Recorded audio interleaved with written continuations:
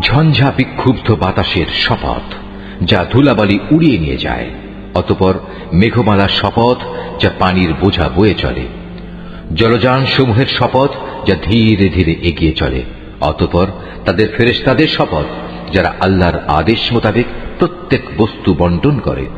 কিয়ামতের যে দিনের ওয়াদা তোমাদের সাথে করা হচ্ছে তা অবশ্যম্ভাবী সত্য। বিচার আচারের একটা দিন অবশ্যই আসবে। বহু কক্ষ বিশিষ্ট আকাশের শপথ, তোমরাও কিয়ামতের ব্যাপারে নানা কথাবার্তার মধ্যে নিমজ্জিত রয়েছ। মূলত সে ব্যক্তি গোমরা হয়ে গেছে যে আখিরাতের বিশ্বাস পরিত্যাগ করেছে। ধ্বংস হোক যারা শুধু অনুমানের উপর ভিত্তি করে কথা বলে। সর্বোপরি যারা জাহেলিয়াতে নিমজ্জিত হয়ে মূল সত্য থেকে উদাসীন হয়ে পড়েছে। এরা তামাশার ছলে জিজ্ঞেস করে, বিচারের দিন কবে আসবে? এদের তুমি বলো, যেদিন তাদের আগুনে দগ্ধ করা হবে সেদিন কিয়ামত হবে। সেদিন তাদের বলা হবে, এবার তোমরা তোমাদের শাস্তি ভোগ করতে থাকো। এ হচ্ছে সেদিন যে জন্য তোমরা খুব তাড়াহুড়ো করছিলে।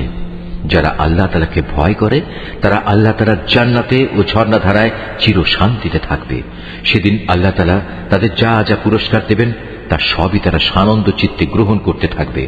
নিঃসন্দেহে এরা আগে সৎকর্মশীল ছিল। তারা রাতের সামান্য অংশ ঘুমিয়ে কাটাত। রাতের শেষ প্রহরে তারা আল্লাহর কাছে ক্ষমা প্রার্থনা করত। এরা বিশ্বাস করত তাদের ধন সম্পদে প্রার্থী ও বঞ্চিত লোকদের অধিকার রয়েছে। যারা নিশ্চিতভাবে বিশ্বাস করত তাদের জন্য পৃথিবীর মাঝে আল্লাহকে চেনা জানার অসংখ্য নিদর্শন ছড়িয়ে রয়েছে। তোমাদের নিজেদের এ দেহের মধ্যেও তো আল্লাহকে চেনার অসংখ্য নিদর্শন রয়েছে। তোমরা কি দেখতে পাও না? আকাশের মাঝে রয়েছে তোমাদের রিজিক, তোমাদের দেয়া যাবতীয় প্রতিশ্রুতি। অতএব এ আসমান জমিনের মালিকের শপথ, এ গ্রন্থটা নির্ভুল, ঠিক যেমনি তোমরা এখন একে অপরের সাথে কথাবার্তা বলছো। হে নবী, তোমার কাছে ইব্রাহিমের সেই সম্মানিত মেহমানদের কাহিনী পৌঁছেছে কি?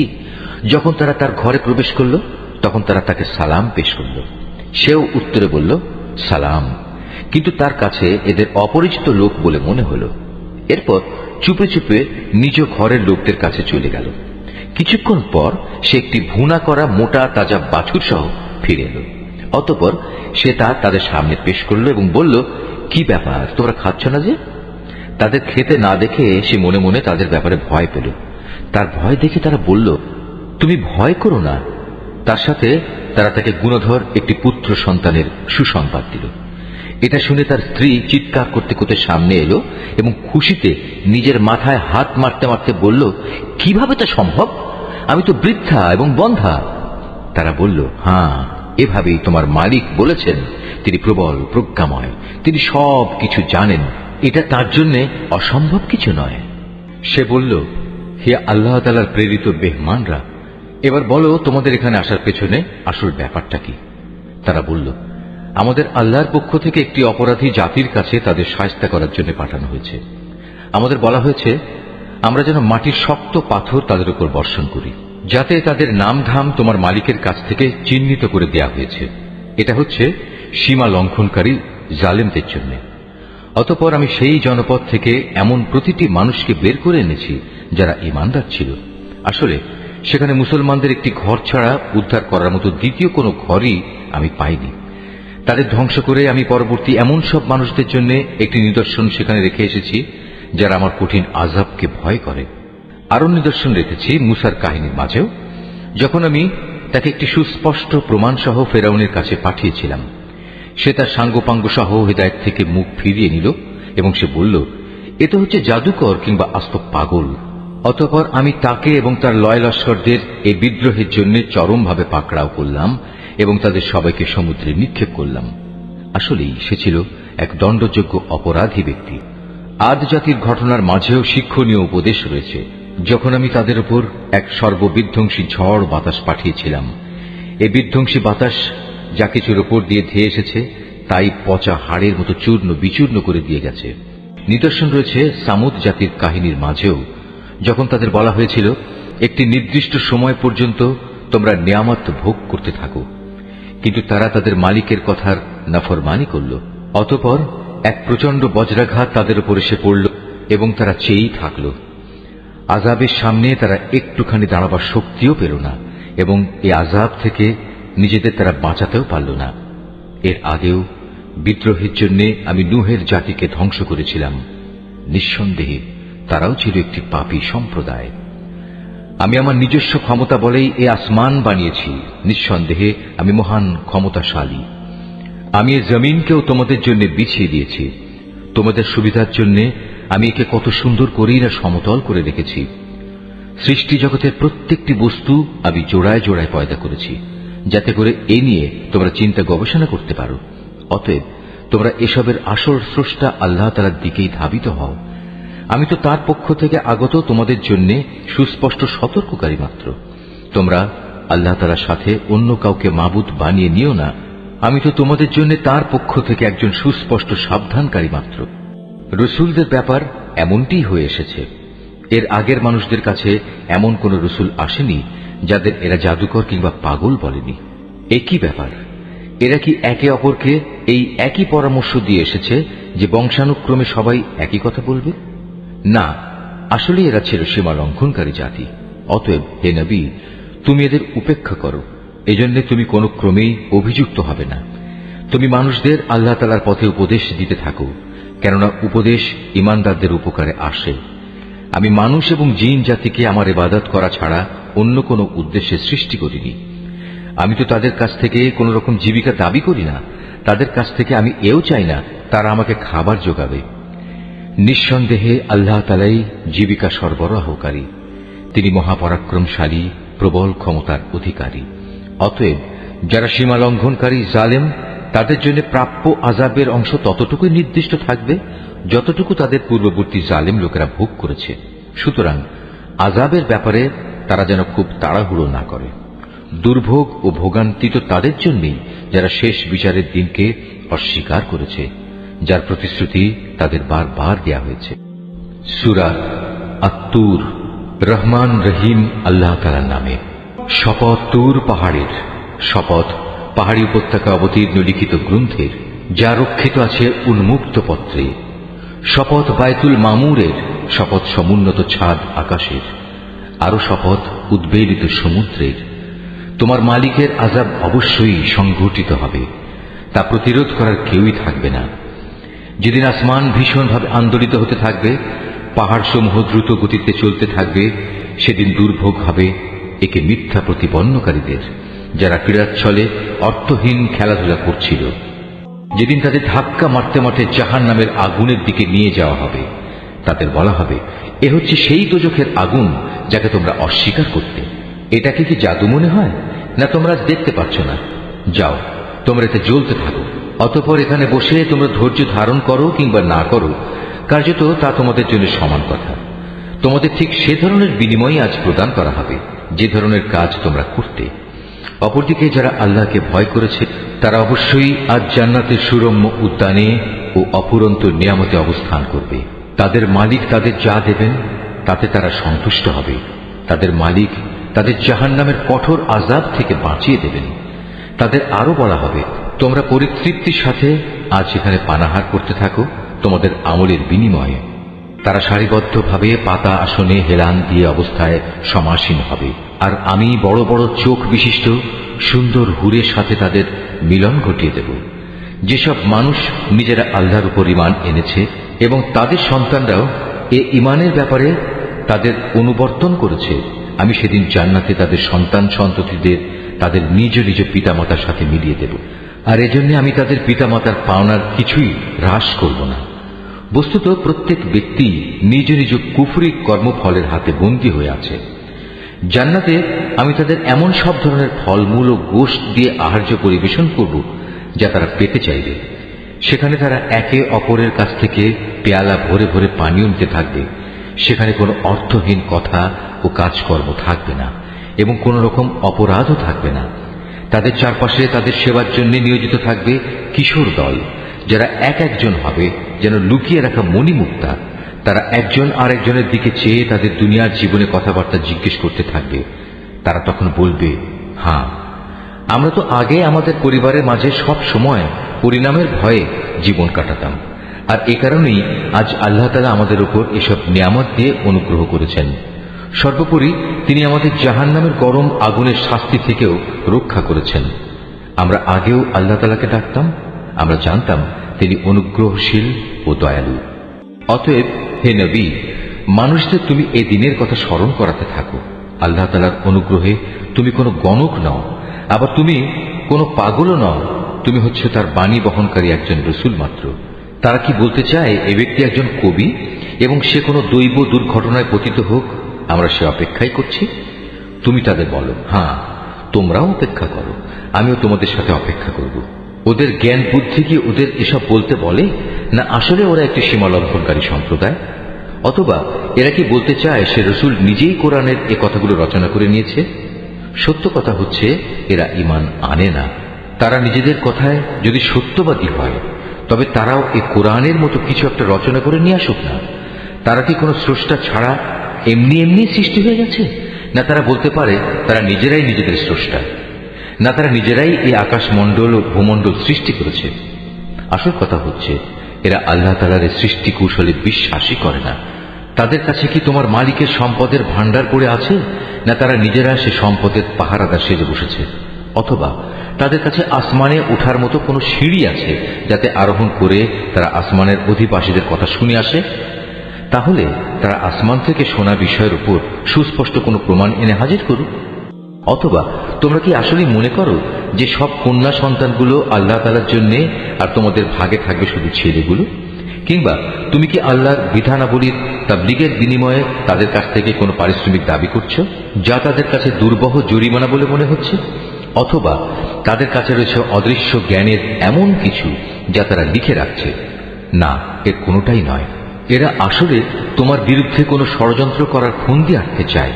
অথচ যারা আল্লাহ তাআলাকে অস্বীকার করে তারাই পরিণামে ষড়যন্ত্রের শিকারে পরিণত হয়। আল্লাহ তাআলার বদলে এদের কি অন্য কোনো মাবুদ আছে? আল্লাহ তাআলা তো এদের যাবতীয় শিরকি কর্মকাণ্ড থেকে পবিত্র।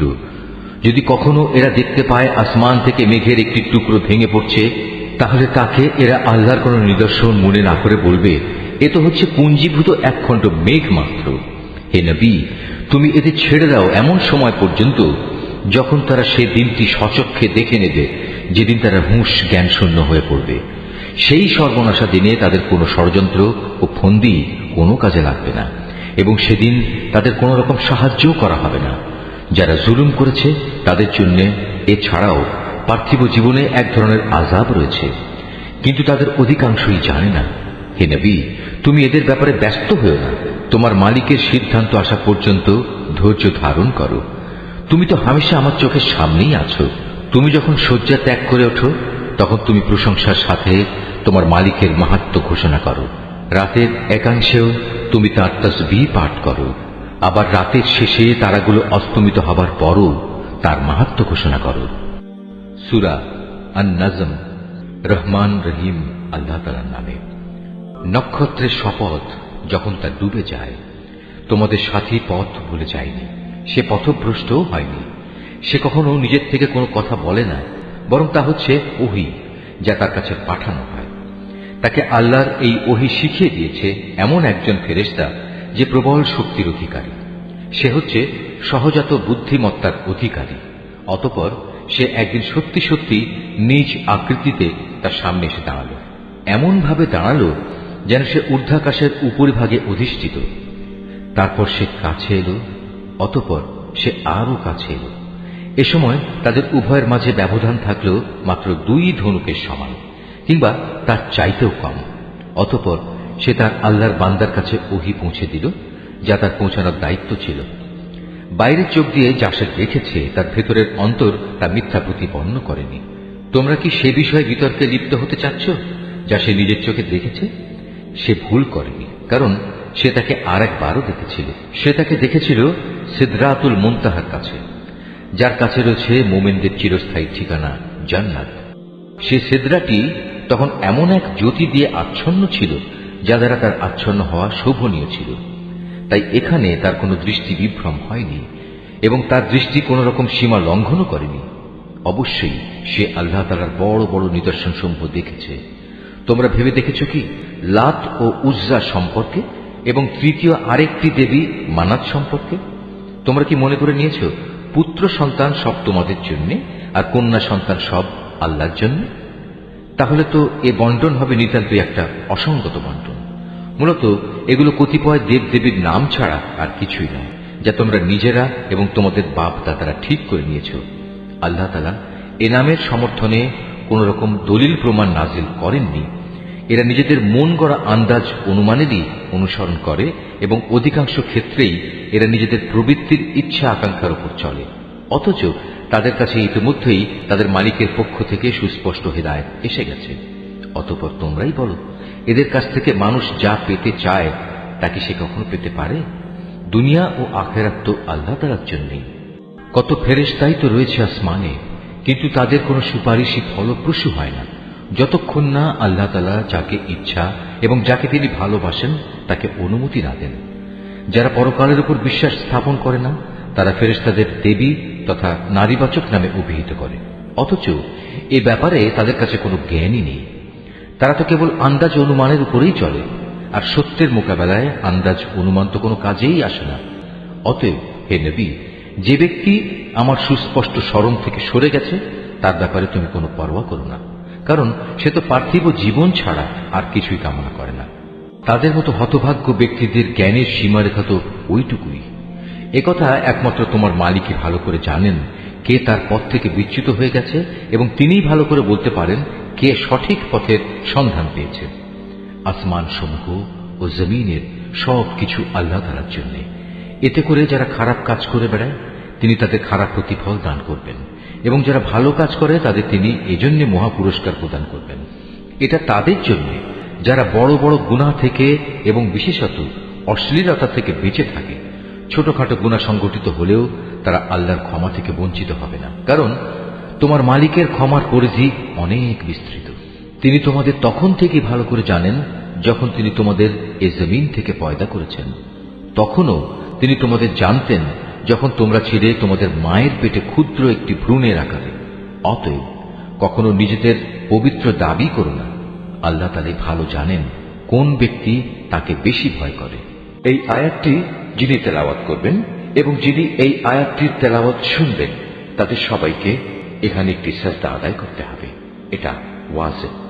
হে নবী, তুমি কি সে ব্যক্তিটিকে দেখোনি যে আল্লাহ তাআলার পথ থেকে মুখ ফিরিয়ে নিল? যে ব্যক্তি সামান্য কিছুই দান করল অতঃপর সম্পূর্ণভাবে নিজের হাত গুটিয়ে নিল, তার কাছে কি অদৃশ্য জগতের কোনো জ্ঞান ছিল যে তা দিয়ে সে অন্য কিছু দেখতে পাচ্ছিল? তাকে কি একথা জানানো হয়নি যে মুসার কাছে পাঠানো আমার সহিফা সমূহে কি কথা লেখা আছে? তাকে কি ইব্রাহিমের কথা জানানো হয়নি? ইব্রাহিম আল্লাহর বিধানাবলী পুরোপুরি পালন করেছে। কোনো মানুষই অন্যের পাপের বোঝা উঠাবে না। মানুষ ঠিক ততটুকুই পাবে যতটুকু সে চেষ্টা করবে, আর তার কাজকর্ম পরীক্ষা নিরীক্ষা করা হবে এবং অচিরেই তা দেখা হবে। অতঃপর তাকে তার পুরোপুরি বিনিময় দেয়া হবে। পরিশেষে সবাইকে একদিন তোমার মালিকের কাছেই পৌঁছতে হবে। তিনি সবাইকে হাসান, তিনি সবাইকে কাঁদান, তিনি মানুষকে মারেন, তিনি তাদের বাঁচান। তিনি নরনারীর যুগল পয়দা করেছেন এক বিন্দু স্খলিত শুক্র থেকে। নিশ্চয়ই পুনরায় এদের জীবন দান করার দায়িত্ব কিন্তু তার একার। তিনি তাকে ধনশালী করেন এবং তিনি পুঁজি দান করে তা স্থায়ী রাখেন। তিনি সেরা নামক নক্ষত্রেরও মালিক। তিনি প্রাচীন আদ সম্প্রদায়কে ধ্বংস করে দিয়েছেন। তিনি আরো ধ্বংস করেছেন সামুদ জাতিকে এমন ভাবে তাদের একজনকেও অবশিষ্ট রাখেননি। এর আগে তিনি ধ্বংস করেছেন নূহের জাতিকে, কেননা তারা ছিল ভীষণ জালেম ও চরম বিদ্রোহী। তিনি একটি জনপদকে উপরে উঠিয়ে উল্টো করে ফেলে দিয়েছেন। অতঃপর সে জনপদের উপর তিনি ছেয়ে দিলেন এমন এক ভয়ঙ্কর আযাব যা তাকে পুরোপুরিভাবে ছেয়ে দিল।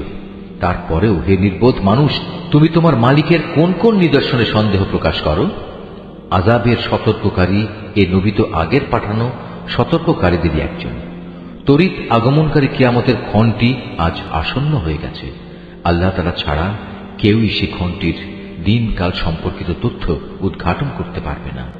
এগুলোই কি তাহলে সেসব বিষয় যার ব্যাপারে তোমরা আজ রীতিমতো বিস্ময় বোধ করছো? এসব বিষয় নিয়ে তোমরা আজ হাসাহাসি করছো, অথচ পরিণামের কথা ভেবে তোমরা মোটেই কাঁদছ না। মনে হচ্ছে তোমরা মূল ব্যাপারেই উদাসীন হয়ে গেছ। অতএব তোমরা আল্লাহ তাআলার সামনে সাজদাবনত হও এবং কাউকে শরীক করা ব্যতীত তাঁরই ইবাদত করো। সূরা আল কমর। রহমান রহিম আল্লাহ তাআলার নামে। কিয়ামত নিকটবর্তী হয়ে গেছে এবং চাঁদ বিদীর্ণ হয়ে গেছে। এদের অবস্থা হচ্ছে, এরা কোনো নিদর্শন দেখলে তা থেকে মুখ ফিরিয়ে নেয় এবং বলে, এটা তো হচ্ছে এক চিরাচরিত জাদুকরী ব্যাপার, এক্ষুনি যার অবসান ঘটবে। তারা সত্য অস্বীকার করে এবং নিজেদের খেয়াল খুশির অনুসরণ করে চলে, অথচ প্রত্যেকটি কাজের একটি চূড়ান্ত নিষ্পত্তির সময় রয়েছে। অবশ্যই এ লোকদের কাছে অতীত জাতিসমূহের উপর আযাবের সংবাদসমূহ এসেছে, এমন সংবাদ যাতে বিদ্রোহের শাস্তির হুঁশিয়ারি রয়েছে। এগুলো হচ্ছে পুরোপুরি জ্ঞান সমৃদ্ধ ঘটনা, যদিও এসব সতর্কবাণী তাদের কোনোই উপকারে আসে না।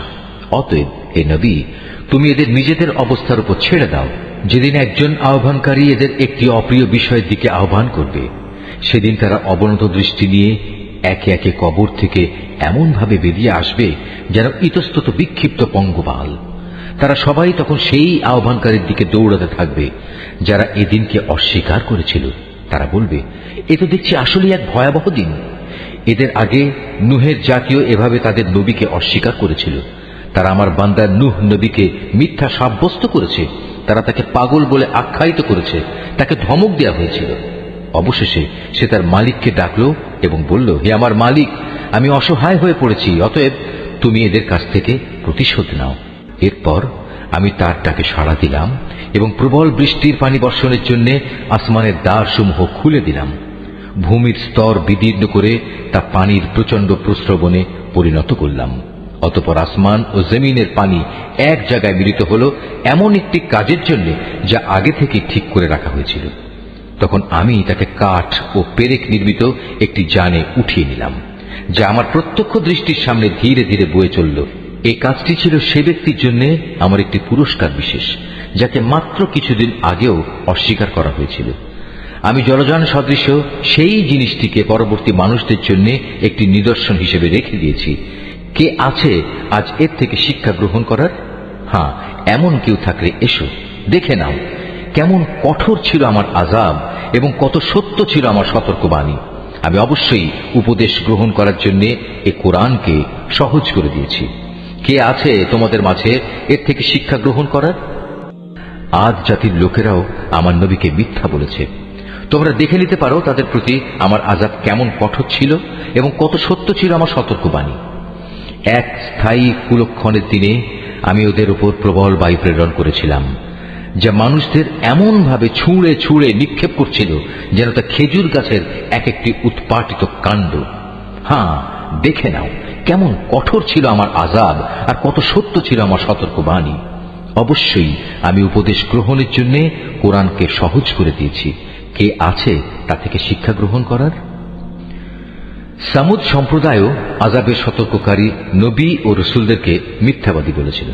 তারা বলেছিল, আমরা কি এমন একজন লোকের কথা মেনে চলব যে ব্যক্তি একা আমাদেরই একজন? এভাবে তার আনুগত্য করলে সত্যিই তো আমরা বড় গুমরাহি ও পাগলামি কাজে নিমজ্জিত হয়ে পড়ব।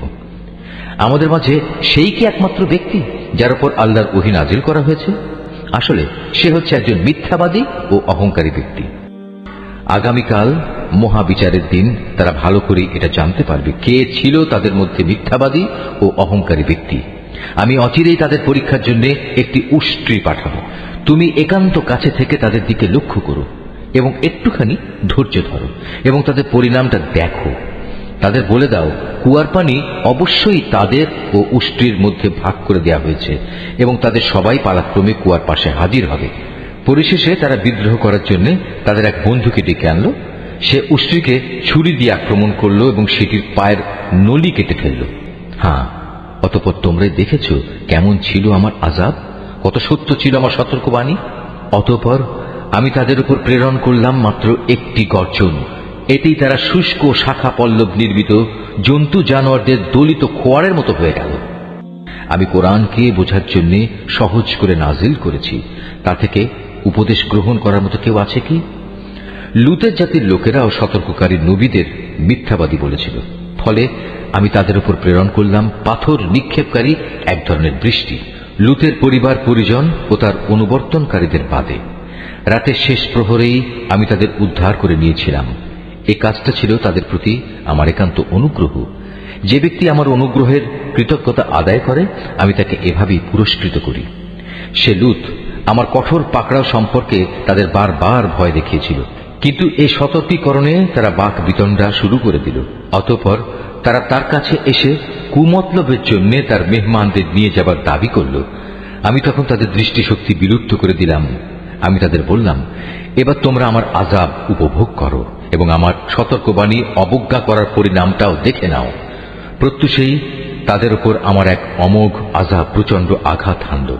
আমি বললাম, অতঃপর তোমরা আমার এই আযাব আস্বাদন করতে থাকো এবং আমার সতর্ককারীদের উপেক্ষা করার পরিণামটাও একবার দেখে নাও। আমি এই কোরআনকে শিক্ষা গ্রহণ করার জন্য সহজ করে নাজিল করেছি, কিন্তু কেউ আছে কি এ থেকে শিক্ষা গ্রহণ করার? ফেরাউনের জাতির লোকদের কাছেও আমার পক্ষ থেকে সতর্ককারী অনেক নিদর্শন এসেছিল, কিন্তু তারা আমার সমুদয় নিদর্শন অস্বীকার করেছে, আর পরিণামে আমিও তাদের শক্ত হাতে পাকড়াও করলাম, ঠিক যেমনি করে সর্বশক্তিমান সত্তা বিদ্রোহীদের পাকড়াও করে থাকেন।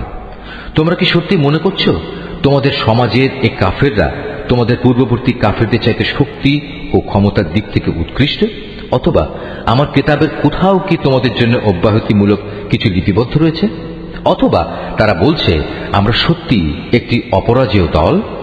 অচিরেই এই অপরাজেয় দলটি শোচনীয়ভাবে পরাজিত হয়ে যাবে এবং সম্মুখ সমর থেকে পৃষ্ঠ প্রদর্শন করে পালাতে থাকবে। কিন্তু এ পালানোই তো তাদের শেষ নয়, বরং তাদের শাস্তিদানের নির্ধারিত ক্ষণ কিয়ামত তো রয়েছেই, আর কিয়ামত হবে তাদের জন্য বড়ই কঠিন ও বড়ই তিক্ত। অবশ্যই এসব অপরাধী নিদারুণ বিভ্রান্তি ও বিকারগ্রস্ততার মাঝে পড়ে আছে। যেদিন তাদের উপর করে জাহান্নামের আগুনের দিকে ঠেলে নেওয়া হবে, তখন তাদের ঘোর কেটে যাবে। অতঃপর তাদের বলা হবে, এবার তোমরা জাহান্নামের আযাবের স্বাদ উপভোগ করো। আমি সব কয়টি জিনিসকে অবশ্যই একটি সুনির্দিষ্ট পরিমাণ মতো সৃষ্টি করেছি, আর আমার হুকুম সে তো এক নিমেষে চোখের পলকের মতোই কার্যকর হয়। তোমাদের মতো বহু বিদ্রোহী জাতিকে আমি বিনাশ করে দিয়েছি। অতএব আছে কি তা থেকে শিক্ষা গ্রহণ করার মতো কেউ? তারা যা কিছু করছে তার সবটুকুই তাদের আমল নামায় সংরক্ষিত আছে। সেখানে যেমনি রয়েছে প্রতিটি ক্ষুদ্র বিষয়, তেমনি লিপিবদ্ধ আছে প্রতিটি বড় বিষয়। অপরদিকে এই বিদ্রোহের পথ পরিহার করে যারা আল্লাহকে ভয় করেছে, তারা অনাদিকাল এক সুরম্য জান্নাতে ও প্রবাহমান ঝর্ণাধারায় থাকবে। তারা অবস্থান করবে যথাযোগ্য সম্মানজনক জায়গায়, বিশাল ক্ষমতার অধিকারী সার্বভৌম আল্লাহ তাআলার সান্নিধ্যে। সূরা আর রহমান। রহমান রহিম আল্লাহ তাআলার নামে। পরম করুণাময় আল্লাহ তাআলা। তিনি তোমাদের কোরআন শিক্ষা দিয়েছেন, তিনি মানুষ বানিয়েছেন, ভাব প্রকাশের জন্য তিনি তাকে কথা বলা শিখিয়েছেন। সূর্য ও চন্দ্র উভয় নির্ধারিত হিসাব মোতাবেক কক্ষপথ ধরে চলছে। জমিনে উৎপাদিত যাবতীয় লতাপাতা ও গাছ গাছড়া সব তাঁরই সামনে সাজদাবনত হয়। আসমান তাকে তিনি সমুন্নত করে রেখেছেন এবং মহাশূন্যে তার ভারসাম্যের জন্য তিনি একটি মানদণ্ড স্থাপন করেছেন, যাতে করে তোমরা কখনো আল্লাহ তাআলা নির্ধারিত এই মানদণ্ডের সীমা অতিক্রম না করো। ইনসাফ মোতাবেক তোমরা ওজনের মানদণ্ড প্রতিষ্ঠা করো এবং ওজনে কম দিয়ে মানদণ্ডের ক্ষতি সাধন করো না।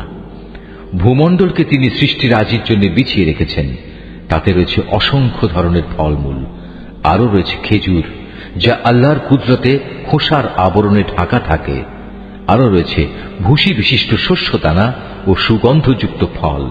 অতএব হে মানুষ ও জিন, তোমরা তোমাদের মালিকের কোন নিয়ামত অস্বীকার করবে?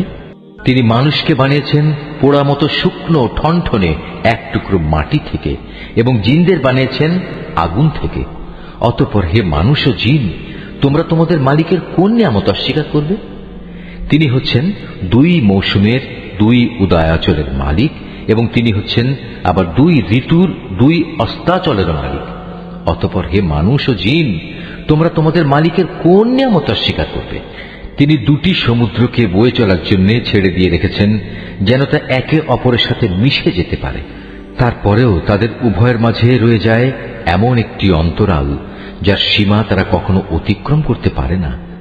অতঃপর হে মানুষ ও জিন, তোমরা তোমাদের মালিকের কোন নিয়ামত অস্বীকার করবে? এ উভয় সমুদ্র থেকে তিনি মহামূল্যবান প্রবাল মুক্তা বের করে আনেন। অতঃপর হে মানুষ ও জিন, তোমরা তোমাদের মালিকের কোন নিয়ামত অস্বীকার করবে? সমুদ্রে বিচরণশীল পাহাড় সম বড় বড় জাহাজসমূহ তো তারই ক্ষমতার প্রমাণ। অতঃপর হে মানুষ ও জিন, তোমরা তোমাদের মালিকের কোন কোন নিয়ামত অস্বীকার করবে? জমিন ও তার উপর যা কিছু আছে তা সবই একদিন বিলীন হয়ে যাবে। বাকি থাকবে শুধু তোমার মালিকের সত্তা, যিনি পরাক্রমশালী ও মহানুভব। অতএব হে মানুষ ও জিন, তোমরা তোমাদের মালিকের কোন কোন নিদর্শন অস্বীকার করবে? এই আকাশমণ্ডলী ও ভূমণ্ডলে যত কিছু আছে সবাই নিজ নিজ প্রয়োজন তার কাছেই চায়, আর তিনি প্রতিদিন প্রতি মুহূর্তে কোনো না কোনো কাজে তৎপর রয়েছেন। অতএব হে মানুষ ও জিন, তোমরা তোমাদের মালিকের কোন নিদর্শন অস্বীকার করবে?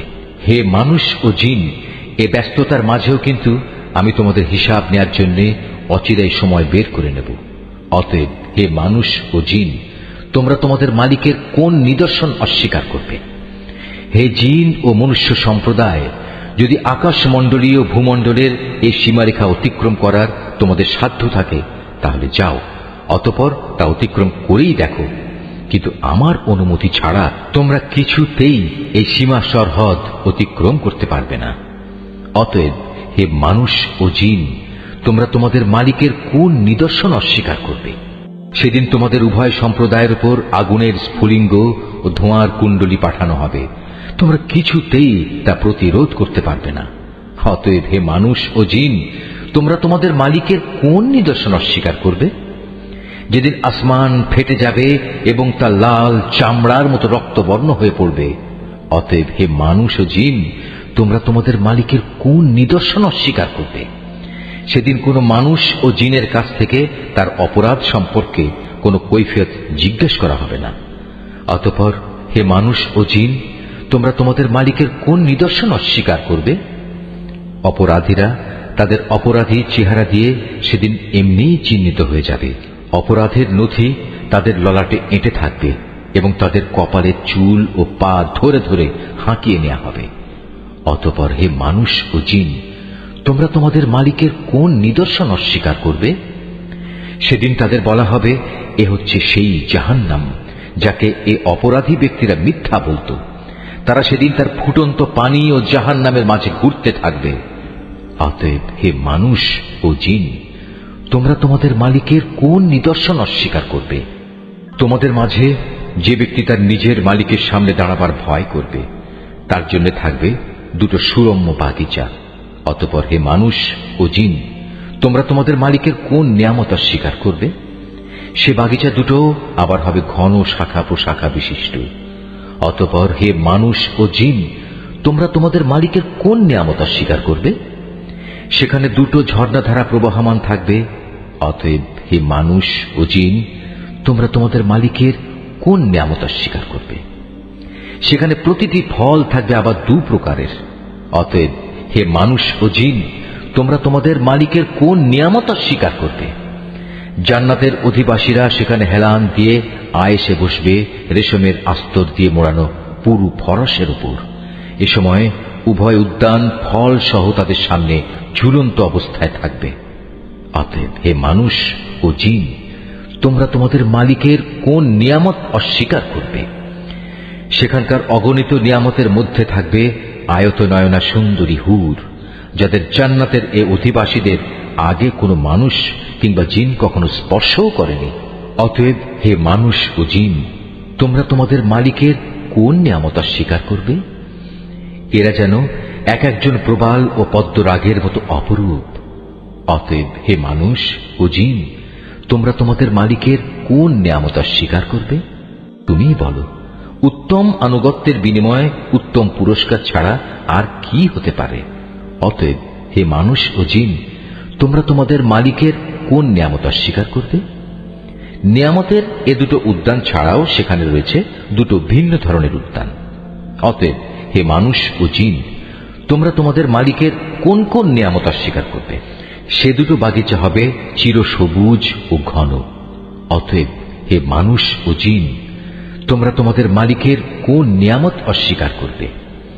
সেখানে থাকবে দুটো ঝর্ণাধারা, ফোয়ারার মতো সদা উচ্ছল গতিতে তা বইতে থাকবে। অতএব হে মানুষ ও জিন, তোমরা তোমাদের মালিকের কোন নিয়ামত অস্বীকার করবে? সেখানে আরো থাকবে রং বেরঙের ফল পাকড়া খেজুর ও আনার। অতএব হে মানুষ ও জিন, তোমরা তোমাদের মালিকের কোন নিয়ামত অস্বীকার করবে? সেখানে থাকবে সৎ স্বভাবের অনিন্দ সুন্দরী রমণীরা। অতএব হে মানুষ ও জিন, তোমরা তোমাদের মালিকের কোন নিয়ামত অস্বীকার করবে? এ হুররা রয়েছে তাঁবুতে অপেক্ষমান অবস্থায়। অতএব হে মানুষ ও জিন, তোমরা তোমাদের মালিকের কোন নিয়ামত অস্বীকার করবে? এই জান্নাতের অধিবাসীদের আগে অন্য কোনো মানুষ কিংবা জিন এদের স্পর্শও করেনি। অতএব হে মানুষ ও জিন, তোমরা তোমাদের মালিকের কোন নিয়ামত অস্বীকার করবে? জান্নাতের অধিকারী এ ব্যক্তিরা সুন্দর গালিচার বিছানা ও সবুজ চাদরের উপর হেলান দিয়ে বসবে। অতএব হে মানুষ ও জিন, তোমরা তোমাদের মালিকের কোন নিয়ামত অস্বীকার করবে? কত মহান তোমার মালিকের নাম! তিনি মহাপ্রতাপশালী ও পরম অনুগ্রহশীল। সূরা আল ওয়াকিয়া। রহমান রহিম আল্লাহ তাআলার নামে। যখন কিয়ামতের অবশ্যম্ভাবী ঘটনাটি সংঘটিত হবে, তখন কেউই তার অস্বীকারী থাকবে না। এই ঘটনাটি হবে কারো মর্যাদা ভুলুণ্ঠনকারী আর কারো মর্যাদা সমুন্নতকারী। পৃথিবী যখন প্রবল কম্পনে কম্পিত হবে, পর্বতমালা সম্পূর্ণরূপে চূর্ণ বিচূর্ণ করে দেয়া হবে, অতঃপর তা বিক্ষিপ্ত ধুলাবালিতে পরিণত হয়ে যাবে, আর তোমরা 3 ভাগে ভাগ হয়ে যাবে। প্রথমত হবে ডান দিকের দল। জানো এই ডান দিকের দলটি কত সৌভাগ্যবান। দ্বিতীয়ত হবে বাম দিকের দল, আরে বাম দিকের দলটি কত হতভাগা। তৃতীয়ত হবে অগ্রবর্তী ঈমান আনয়নকারী দল। এরাই হল মূলত প্রধান অগ্রগামী দল। এরা হচ্ছে আল্লাহ তাআলার একান্ত ঘনিষ্ঠ বান্দা। এরা অবস্থান করবে নিয়ামতে পরিপূর্ণ জান্নাত সমূহে।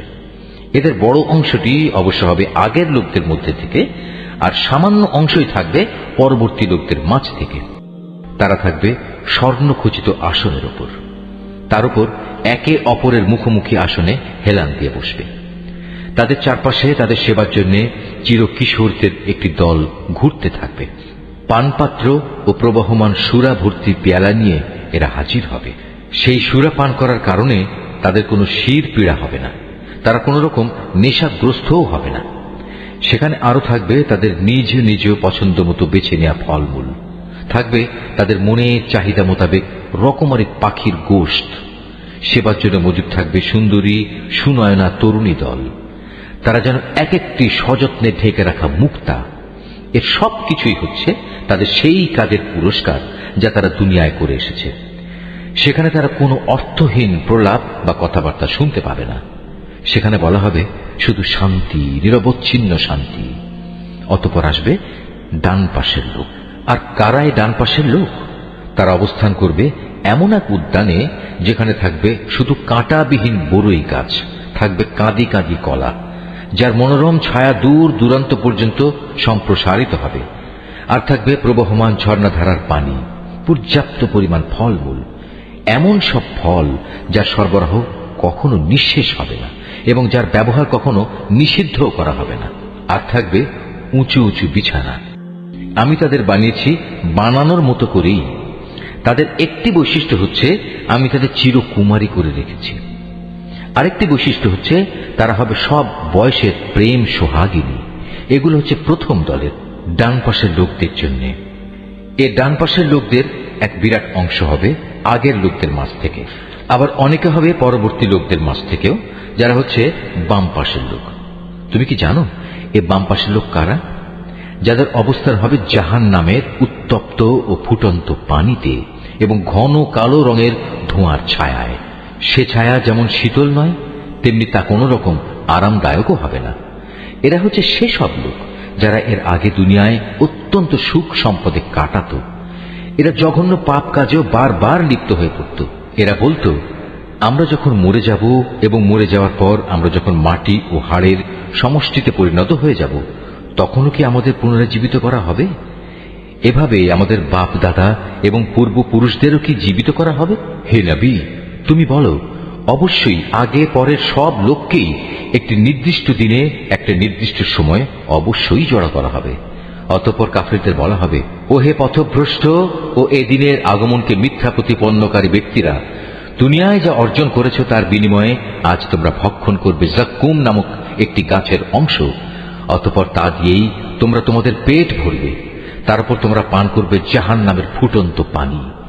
তাও আবার পান করতে থাকবে মরুভূমির তৃষ্ণার্ত উটের মতো করে। এ হবে কিয়ামতে তাদের যথার্থ মেহমানদারি। আমি যে তোমাদের সবাইকে পয়দা করেছি, এ কথাটা তোমরা কি স্বীকার করছো না? তোমরা যে নারী দেহের একটি ভাণ্ডে এক বিন্দু বীর্যপাত করো, সে সম্পর্কে কখনো কি ভেবে দেখেছ? বলো তো, তাকে কি তোমরা পূর্ণাঙ্গ মানুষ বানিয়ে দাও, না আমি তার স্রষ্টা? তোমাদের মাঝে সবার মৃত্যু আমি নির্ধারণ করি, এবং আমি এ ব্যাপারে মোটেই অক্ষম নই যে তোমাদের বদলে তোমাদের মতোই আর এক দল মানুষ বানিয়ে দেব, এবং প্রয়োজনে তোমাদেরই আবার এমনভাবে তৈরি করব যে কিছুই তোমরা জানতে পারবে না। তোমরা যখন তোমাদের প্রথম সৃষ্টির ব্যাপারটা জানতে পেরেছ, তখন দ্বিতীয়বার সৃষ্টির এ সাবধান বাণী থেকে কেন শিক্ষা গ্রহণ করছো না? তোমরা জমিনে যে বীজ বপন করো, সে সম্পর্কে কি কখনো চিন্তা করেছ? তা থেকে ফসলের উৎপাদন কি তোমরা করো, না আমি তার উৎপাদক? অথচ আমি যদি চাই তাহলে অঙ্কুরিত সব বীজ খড় কুটায় পরিণত করে দিতে পারি, আর তা দেখে তোমরা হতভম্ব হয়ে পড়বে। তোমরা বলতে থাকবে, হায়, আজ আমাদের তো সর্বনাশ হয়ে গেল, আমরা তো জমিনের ফসল থেকে আজ বঞ্চিত হয়ে গেলাম। কখনো কি তোমরা সেই পানি সম্বন্ধে চিন্তা করে দেখেছ যা তোমরা নিত্য পান করো? বলতে পারো, আকাশের মেঘমালা থেকে এ পানি কি তোমরা বর্ষণ করো, না আমি এর বর্ষণকারী? অথচ আমি চাইলে এ সুপেয় পানি লবণাক্ত করে দিতে পারি।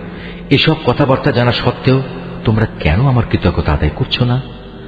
আগুন যা প্রতিদিন তোমরা প্রজ্বলিত করে থাকো, তা কি কখনো ভেবে দেখেছ তার মধ্যে আগুন জ্বালানোর গাছটিকে তোমরা সৃষ্টি করেছ, না আমি এর স্রষ্টা? মূলত আমি একে সভ্যতার নিদর্শন করে রেখেছি এবং একে ভ্রমণকারীদের জন্য প্রয়োজন পূরণের সামগ্রী বানিয়ে দিয়েছি। অতঃপর হে নবী, এ সব কিছুর জন্য তুমি তোমার মহান মালিকের মহান নামের মাহাত্ম্য ঘোষণা করো। অতঃপর আমি শপথ করছি অস্তাচলের তারকাপুঞ্জের, সত্যি আমার গোটা সৃষ্টি নৈপুণ্যের আলোকে এ হচ্ছে এক মহান শপথ। যদি তোমরা জানতে, অবশ্যই কোরআন এক মহামর্যাদাবান গ্রন্থ। এটি লিপিবদ্ধ রয়েছে একটি সযত্নে রক্ষিত গ্রন্থে। পূত পবিত্র ব্যক্তি দেখে তাকে স্পর্শও করতে পারে না, কেননা তা নাজিল করা হয়েছে সৃষ্টিকুলের মালিক আল্লাহ তাআলার কাছ থেকে।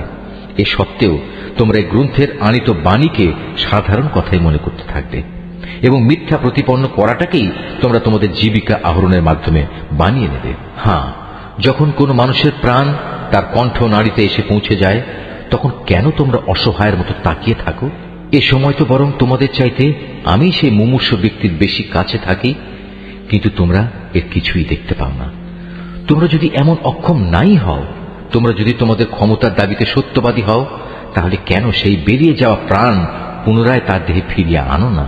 হ্যাঁ, যদি সে মৃত ব্যক্তিটি আল্লাহর নৈকট্যপ্রাপ্ত প্রথম দলের একজন হয়ে থাকে, তাহলে তার জন্য থাকবে আরাম আয়েশ, উন্নত মানের আহার্য ও নিয়ামতে ভরপুর এক চিরন্তন জান্নাত। আর যদি সে হয় ডান পাশের দ্বিতীয় দলের কেউ, তাহলে তাকে এই বলে অভিনন্দন জানানো হবে, তোমার জন্য রয়েছে আল্লাহর পক্ষ থেকে শান্তি আর শান্তি, কারণ তুমি তো ছিলে ডান পাশেরই একজন। আর যদি সে হয় আল্লাহ তাআলাকে অস্বীকারী মিথ্যাবাদী পথভ্রষ্ট কোনো ব্যক্তি, তাহলে ফুটন্ত পানি দ্বারা তার আপ্যায়ন করা হবে এবং সে জাহান্নামের কঠিন আগুনে উপনীত হবে। নিশ্চয়ই এ হচ্ছে এক অমোঘ সত্য ঘটনা। অতএব আযাব থেকে বেঁচে থাকার জন্য হে নবী, তুমি তোমার মহান মালিকের পবিত্র নামের তাসবিহ পাঠ করো। সূরা আল হাদিদ। রহমান রহিম আল্লাহ তাআলার নামে।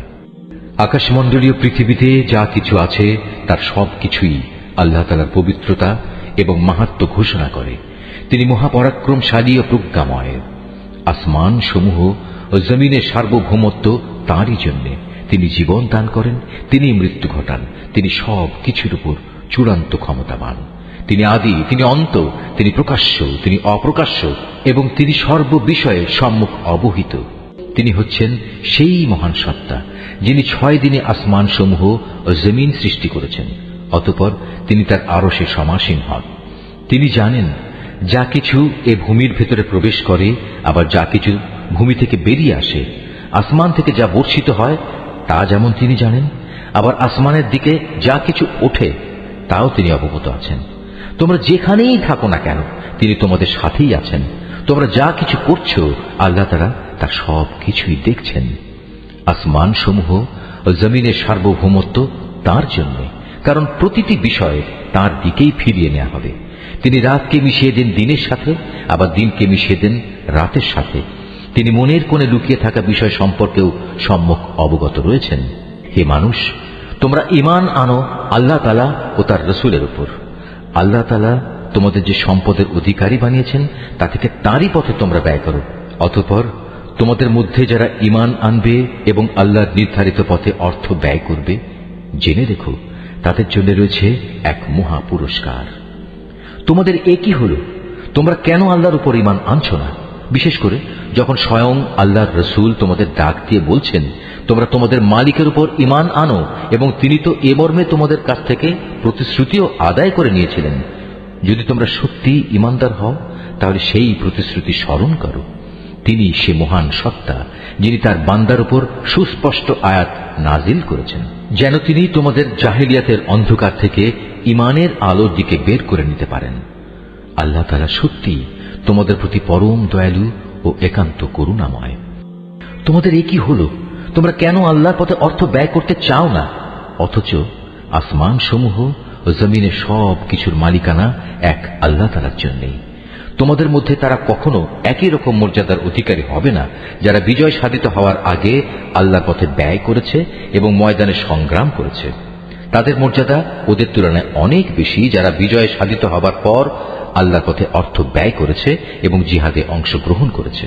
অবশ্য আল্লাহ তাআলা এদের সবাইকেই উত্তম পুরস্কার প্রদানের ওয়াদা দিয়েছেন। মূলত তোমরা যা কিছুই করো আল্লাহ তাআলা সে সম্পর্কে পূর্ণাঙ্গভাবে জ্ঞাত রয়েছেন। কি আছে যে ব্যক্তি আল্লাহকে ঋণ দেবে এমন উত্তম ঋণ যার বিনিময়ে আল্লাহ তাআলা পরকালে তাকে কয়েক গুণ বাড়িয়ে দেবেন এবং তার জন্য থাকবে আরো বড় ধরনের পুরস্কার। যেদিন তুমি ঈমানদার পুরুষ ও ঈমানদার মহিলাদের এগিয়ে যেতে দেখতে পাবে, দেখবে তাদের সামনে দিয়ে এবং তাদের ডান পাশ দিয়ে নূরের এক জ্যোতিও এগিয়ে চলছে। এ সময় তাদের উদ্দেশ্যে বলা হবে, আজ সুসংবাদ তোমাদের জন্য। আর সে সুসংবাদ হচ্ছে জান্নাতের, যার পাদদেশ দিয়ে সুপেয় ঝর্ণাধারা বইতে থাকবে। সেখানে তোমরা অবস্থান করবে অনন্তকাল ধরে। আর এটা হচ্ছে চরম সাফল্য। সেদিন মুনাফিক পুরুষ ও মুনাফিক নারীরা ঈমানদারদের বলবে, তোমরা আমাদের দিকে একটু তাকাও, যাতে করে আমরা তোমাদের নূর থেকে কিছুটা হলেও আলো গ্রহণ করতে পারি। তাদের বলা হবে, তোমরা আজ পেছনে ফিরে যাও এবং পারলে সেখানে গিয়ে আলোর সন্ধান করো। অতঃপর এদের উভয়ের মাঝখানে একটি প্রাচীর দাঁড় করিয়ে দেয়া হবে। এতে একটি দরজাও থাকবে, যার ভেতরের অংশে থাকবে আল্লাহর রহমত, আর তার বাইরের দিকে থাকবে ভয়াবহ আযাব। তখন মুনাফিক দল ঈমানদারদের ডেকে বলবে, আমরা কি দুনিয়ার জীবনে তোমাদের সাথে ছিলাম না? তারা বলবে, হ্যাঁ অবশ্যই ছিলে, তবে তোমরা নিজেরাই নিজেদের গোমরাহির বিপদে বিপদগ্রস্ত করে দিয়েছিলে। তোমরা সব সময় সুযোগের অপেক্ষায় থাকতে, নানা রকমের সন্দেহ পোষণ করতে। আসলে দুনিয়ার মোহ তোমাদের সব সময়ই প্রতারিত করে আসছিল। আর এভাবে একদিন তোমাদের ব্যাপারে আল্লাহর পক্ষ থেকে মৃত্যুর ফয়সালা এসে হাজির হল এবং প্রতারক শয়তান তোমাদের আল্লাহ তাআলা সম্পর্কেও ধোঁকায় ফেলে রেখেছিল। অতঃপর আজ আযাব থেকে বাঁচানোর জন্য তোমাদের কাছ থেকে কোন রকম মুক্তিপণ গ্রহণ করা হবে না, আর না তাদের কাছ থেকে কোন রকম মুক্তিপণ গ্রহণ করা হবে যারা আল্লাহ তাআলাকে অস্বীকার করেছে। আজ তোমাদের উভয়ের ঠিকানা হবে জাহান্নামের আগুন, আর এই আগুনই হবে এখানে তোমাদের একমাত্র সাথী। কত নিকৃষ্ট তোমাদের এই পরিণাম! ঈমানদারদের জন্য এখনো কি সে ক্ষণটি এসে পৌঁছয়নি যে আল্লাহর আযাবের স্মরণে আল্লাহ তাআলা যা কিছু নাজিল করেছেন তার স্মরণে তাদের অন্তরসমূহ বিগলিত হয়ে যাবে এবং সে কখনোই তাদের মতো হবে না যাদের কাছে এর আগে আল্লাহর কিতাব নাজিল করা হয়েছিল। অতঃপর তাদের উপর এক দীর্ঘকাল অতিবাহিত হয়ে গেল, যার ফলে তাদের মনও কঠিন হয়ে গেল। এদের মধ্যে এক বিরাট অংশই নাফরমান থেকে গেল। তোমরা জেনে রেখো, আল্লাহ তাআলাই এ ভূমিকে তার মৃত্যুর পর পুনরায় জীবন দান করেন। অবশ্যই আমি আমার যাবতীয় নিদর্শন তোমাদের জন্য খুলে খুলে বর্ণনা করেছি, যাতে তোমরা অনুধাবন করতে পারো। যেসব পুরুষ ও নারী অকাতরে আল্লাহর পথে দান করে এবং আল্লাহকে উত্তম ঋণ প্রদান করে, তাদের সে ঋণ আল্লাহ তাআলার পক্ষ থেকে বহু গুণ বাড়িয়ে দেওয়া হবে। উপরন্তু তাদের জন্য থাকবে আরো সম্মানজনক পুরস্কার। আর যারা আল্লাহর উপর ঈমান এনেছে তার রাসূলের উপর, তারাই হচ্ছে যথার্থ সত্যবাদী, যারা তাদের মালিকের সামনে সত্যের পক্ষে সাক্ষ্য দান করবে। তাদের সবার জন্য রয়েছে তাদের মালিকের পক্ষ থেকে পুরস্কার এবং তাদের নিজেদের নূরও, যা তাদের সাফল্যের প্রমাণ বহন করবে। অপরদিকে যারা আমাকে অস্বীকার করেছে এবং আমার নিদর্শন সমূহকে মিথ্যা সাব্যস্ত করেছে, তারা হবে জাহান্নামের বাসিন্দা। তোমরা জেনে রাখো, এ পার্থিব জীবন খেলাধুলা, জাঁকজমক প্রদর্শনী, পরস্পর অহংকার প্রদর্শনের প্রতিযোগিতা, ধন সম্পদ ও সন্তান সন্ততি বাড়ানোর চেষ্টা সাধনা ছাড়া আর কিছুই নয়। এ যেন আকাশ থেকে বর্ষিত এক পশলা বৃষ্টি, যার উৎপাদিত ফসলের সমাহার কৃষকের মনকে খুশিতে ভরে দেয়। অতঃপর সে ফসল ঘরে তোলার উপযোগী হলে একদিন তা শুকিয়ে যায় এবং আস্তে আস্তে তুমি দেখতে পাও তা হলুদ রং ধারণ করতে শুরু করেছে। তারপর তা অর্থহীন খড়কুটায় পরিণত হয়ে যায়। কাফেরদের জন্য পার্থিব জীবনের চেষ্টা সাধনা এমনই এক অর্থহীন কর্মকাণ্ড ছাড়া আর কিছুই নয়। আর পরকালের জীবনে তাদের জন্য থাকবে কঠোর আযাব এবং ঈমানদারদের জন্য থাকবে আল্লাহর পক্ষ থেকে তার ক্ষমা ও সন্তুষ্টি। সত্যি কথা হচ্ছে, দুনিয়ার এই জীবন কতিপয় ধোঁকা প্রতারণার সামগ্রী বই কিছুই নয়। অতএব এসব অর্থহীন প্রতিযোগিতা বাদ দিয়ে তোমরা তোমাদের মালিকের পক্ষ থেকে সেই প্রতিশ্রুত ক্ষমা ও চিরন্তন জান্নাত পাওয়ার জন্য এগিয়ে যাও। এমন জান্নাত যার আয়তন আসমান জমিনের সমান প্রশস্ত, তা প্রস্তুত করে রাখা হয়েছে সেসব মানুষদের জন্য যারা আল্লাহ তাআলা ও তার পাঠানো রাসূলের উপর ঈমান এনেছে। মূলত এ হচ্ছে আল্লাহ তাআলার এক অনুগ্রহ। যাকে তিনি চান তাকেই তিনি এই অনুগ্রহ প্রদান করেন। আর আল্লাহ তাআলা হচ্ছেন মহা অনুগ্রহশীল। সামগ্রিকভাবে গোটা দুনিয়ার উপর কিংবা ব্যক্তিগতভাবে তোমাদের উপর যখনই কোনো বিপর্যয় আসে, তা সংঘটিত হওয়ার বহু আগেই তার বিবরণ একটি গ্রন্থে লিখে রাখা হয়েছে। আর আল্লাহ তাআলার জন্য এ কাজ অত্যন্ত সহজ। এজন্যে যাতে করে তোমাদের কাছ থেকে যা কিছু সুযোগ সুবিধা হারিয়ে গেছে তার জন্য তোমরা আফসোস না করো, এবং আল্লাহ তাআলা তোমাদের যা কিছু দিয়েছেন তাতেও যেন তোমরা বেশি হর্ষোৎফুল্ল না হও। আল্লাহ তাআলা এমন সব লোকদের ভালোবাসেন না যারা ঔদ্ধত্য ও অহংকার প্রদর্শন করে। আল্লাহ তাআলা তাদেরও ভালোবাসেন না যারা নিজেরা কার্পণ্য করে আবার অন্যদেরও কার্পণ্য করার আদেশ দেয়। যে ব্যক্তি জেনে বুঝে আল্লাহর হুকুম থেকে মুখ ফিরিয়ে নেয় তার জানা উচিত আল্লাহ তাআলা কারোই মুখাপেক্ষী নন এবং তিনি মহান প্রশংসায় প্রশংসিত। আমি অবশ্যই আমার রাসূলদের কতিপয় সুস্পষ্ট নিদর্শন সহ মানুষদের কাছে পাঠিয়েছি এবং আমি তাদের সাথে কিতাব পাঠিয়েছি। আরো পাঠিয়েছি আমার পক্ষ থেকে এক ন্যায়দণ্ড, যাতে করে মানুষ এর মাধ্যমে ইনসাফের উপর কায়েম থাকতে পারে। তাদের জন্য আমি লোহা নাজিল করেছি, যার মাধ্যমে একদিকে যেমন রয়েছে বিপুল শক্তি, অন্যদিকে রয়েছে মানুষের বহুবিধ উপকার। এ সব কিছুর উদ্দেশ্য হচ্ছে এর মাধ্যমে আল্লাহ তাআলা জেনে নিতে চান কে আল্লাহ তাআলা ও তার রাসূলকে না দেখেও সাহায্য করতে এগিয়ে আসে। বস্তুত আল্লাহ তাআলা প্রচন্ড শক্তিমান ও মহাপরাক্রমশালী। আমি নূহ ও ইব্রাহিমকে আমার রাসূল হিসেবে প্রেরণ করেছি এবং তাদের উভয়ের বংশধরদের মাঝে আমি নবুয়ত ও কিতাব প্রেরণের ব্যবস্থা করে রেখেছি। অতঃপর তাদের মাঝে কিছু কিছু লোক সঠিক পথ অবলম্বন করেছে। অবশ্য তাদের অধিকাংশ লোকই ছিল নাফরমান। তারপর তাদের বংশে একের পর এক আমি অনেক রসুলই প্রেরণ করেছি।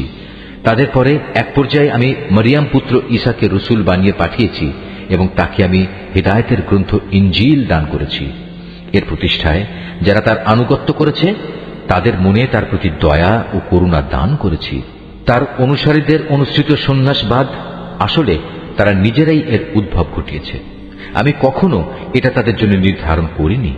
আমি তাদের শুধু বলেছিলাম আল্লাহর সন্তুষ্টি অর্জন করতে। অতঃপর তারা এর যথাযথ হক আদায় করেনি। তারপর তাদের মধ্যে যারা ঈমান এনেছে তাদের আমি যথার্থ পুরস্কারই দিয়েছি, কিন্তু তাদের অধিকাংশ লোকই ছিল নাফরমান। হে ঈমানদার বান্দারা, তোমরা আল্লাহ তাআলাকে ভয় করো এবং তার প্রেরিত রাসূলের উপর ঈমান আনো।